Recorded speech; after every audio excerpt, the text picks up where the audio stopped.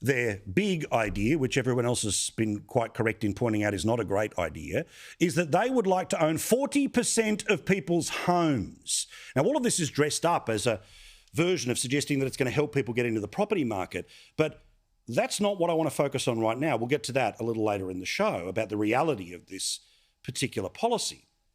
It's the fact that they lied about how much it's going to cost.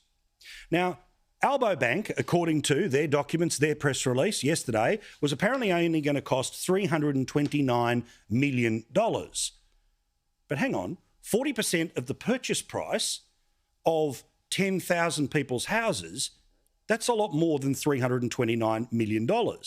And let me use their own documents to prove it. The ALP put this out yesterday about the caps on how much you could buy a place in the capital cities or the rest of the state. So let's go to New South Wales. If you were able to qualify for this scheme and be one of the 10,000 and buy a house for $950,000, they would save $380,000 on the purchase because the government would pay it. But if you did that 10,000 times over, it's $3.8 billion. Missed it by that much. It's a little bit like when he got the unemployment rate wrong. He didn't miss it by 0.5% or 0.3. He missed it by 1.4. And he literally missed the zeros, saying that this policy will cost, and keep this up on the screen, $375 million, but the reality is $3.8 billion.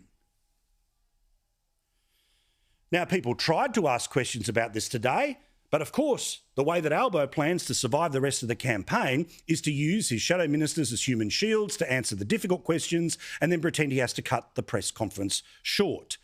For his part, the Prime Minister said, no, I'll take all the questions on this, please.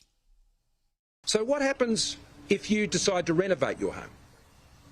I mean, what Labor have been very clear about is they have a share in your home, and so as your home value increases, they're making money off you.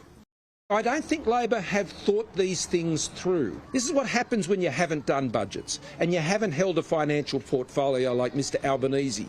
You don't know how all these pieces go together and they don't think them through. And that is too big a risk.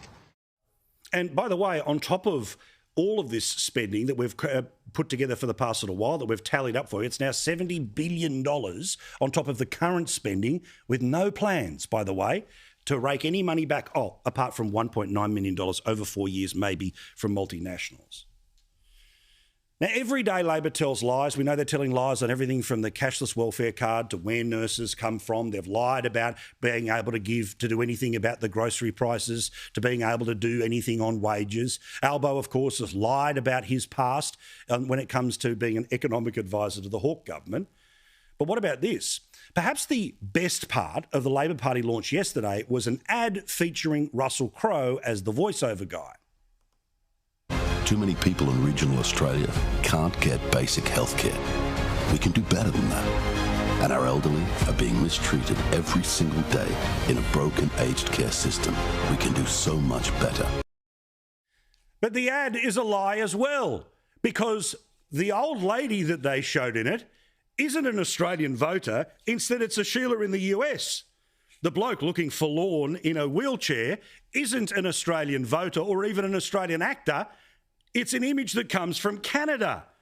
And the bloke who's walking through the wheat field is a farmer in Slovenia. They are even lying in the ads they are putting together.